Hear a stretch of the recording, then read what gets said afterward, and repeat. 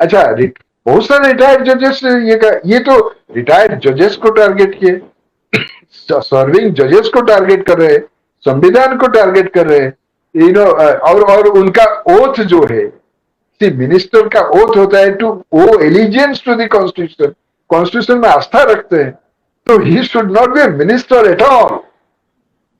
अभी तो और साइंस दे दिया, you should go by strictly by the oath, he has violated the oath, he doesn't Absolutely. Deserve to be there.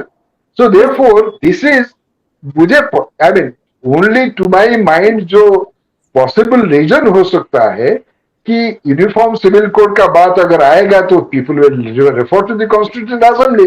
Constitution assembly का जो legislative intent था कि कंसल्ट पर्टिकुलरली मुस्लिम्स, अच्छा अगर नहीं करेंगे तो अंबेडकर के शब्द में ये पागल सरकार होगा।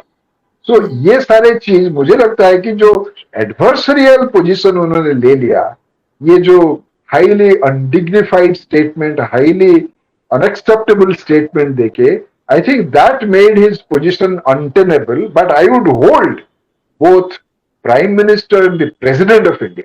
Why didn't they reign like the President Venkat Raman did?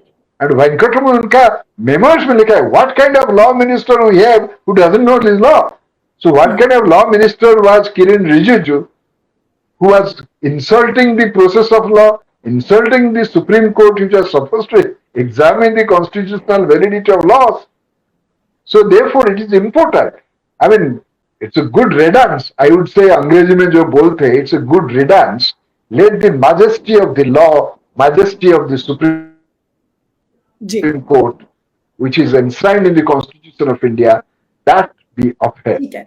अब मैं अनिल जी, अब आपसे एक लार्जर जो संकेत है ये मंत्रिमंडल में फेरबदल का कि किरण रिजिजू को हटाना है, मोदी जी क्या संदेश इस समय देना चाह रहे हैं पूरे देश को, या फिर अपने ही बीजेपी के नेताओं को कि अगर वो किरण रिजिजू को हटा सकते हैं तो फिर किसी की भी बारी आ सकती है, कोई भी व्यक्ति जो कि बड़े मंत्री पद पर बैठा है, किसी को भी हटाया जा सकता है।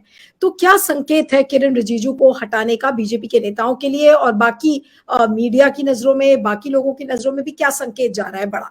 जी, ये संकेत तो क्लियर है। एक तो मोरल कंटेंट, और ये मत ढूंढिए इस गवर्नमेंट में। साहू जी थोड़ा सा हमको लग रहा है पास्ट में जी रहे हैं। आप मतलब मैं माफी चाहता हूँ, वेंकट रमन और आप उसके जमाने की बात ना करें, या नारायणन और इन लोगों के जमाने की, अभी के जमाने की आप बात करिए। अभी ये सब मोरल कंटेंट नहीं है, और ये सब सवाल करने वाला कोई नहीं है, और पीठ ठोका होगा। अब प्रधानमंत्री की ओर से इनकी शाबाशी इनको दी होगी। और मैं ये मानने के लिए तैयार नहीं हूँ कि सुप्रीम कोर्ट के साथ अदावत की वजह से उनको हटाया गया है। ये मतलब मुझको मान्य नहीं है। मैं सिंपल मानता हूँ कि कोई स्पेसिफिक रीजन हो सकती है, व्यक्तिगत वजह, और जिसमें मुझको दिखाई दे रहा है ये जो मैंने बताया आपको पहले। दूसरी बात ये है कि अर्थ साइंसेस का मतलब कि उन्होंने ये बताना था उनको कि मैंने उनको पनिश किया ये मिनिस्ट्री दे करके। इसका मतलब ये है कि इस शख्स को उन्होंने पनिश किया, ये वो चाहते थे बीजेपी वाले भी जाने और दुनिया जाने। ये थोड़ा आश्चर्यजनक है। जो आदमी इनके लिए इतनी फील्डिंग कर रहा था और बैटिंग कर रहा था, फील्डिंग नहीं बैटिंग कर रहा था, वो धुआंधार छक्के मार रहा था जुडिशरी के खिलाफ, किसी मतलब राहुल गांधी के खिलाफ भी उसने वहां के बारे में कहा कि गैर कानूनी बोले या फलना किया। तो